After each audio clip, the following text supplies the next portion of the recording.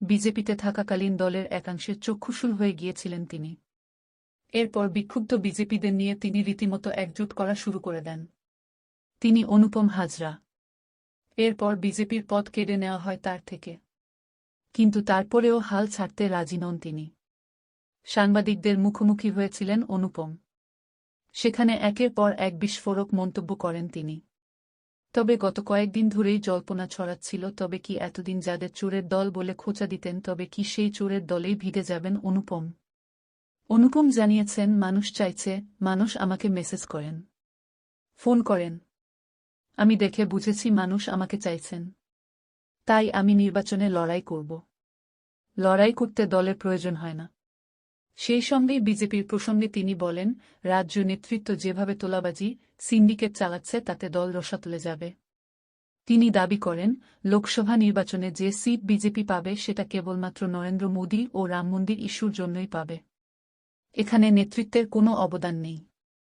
গত ২৬ ডিসেম্বর বিজেপির সর্বভারতীয় সভাপতি জেপি নাড্ডা ও কেন্দ্রীয় স্বরাষ্ট্রমন্ত্রী অমিত শাহ তখন কলকাতায়। আচমকাই ফেসবুক লাইভে উদয় হন অনুপম।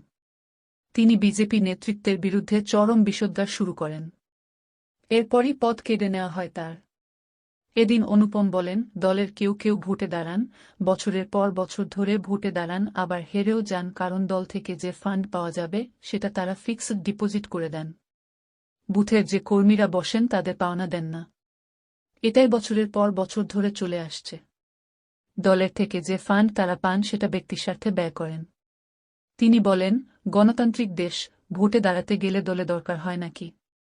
যদি মনে হয় সেই সময় ভোটে দাঁড়াব, দল টিকিট দিলে দাঁড়াব, না হলে এমনি দাঁড়িয়ে যাব। বোলপুরের মানুষের প্রত্যাশা আছে। দাবি অনুপমের। তবে কি বিজেপিকে চাপে রাখতেই এই ভোটে দাঁড়ানোর কথা বলা শুরু করলেন অনুপম?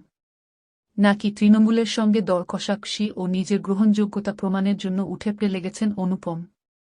তবে তৃণমূল নেতা কাজল শেখকেও দরাজ সার্টিফিকেট দিলেন অনুপম।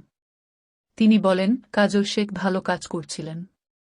হয়তো অ্যান্টি লবি ওর সক্রিয়তা মেনে নিতে পারছিলেন না। এটা তৃণমূলের দলীয় ব্যাপার। আমার বলাটা ঠিক নয়।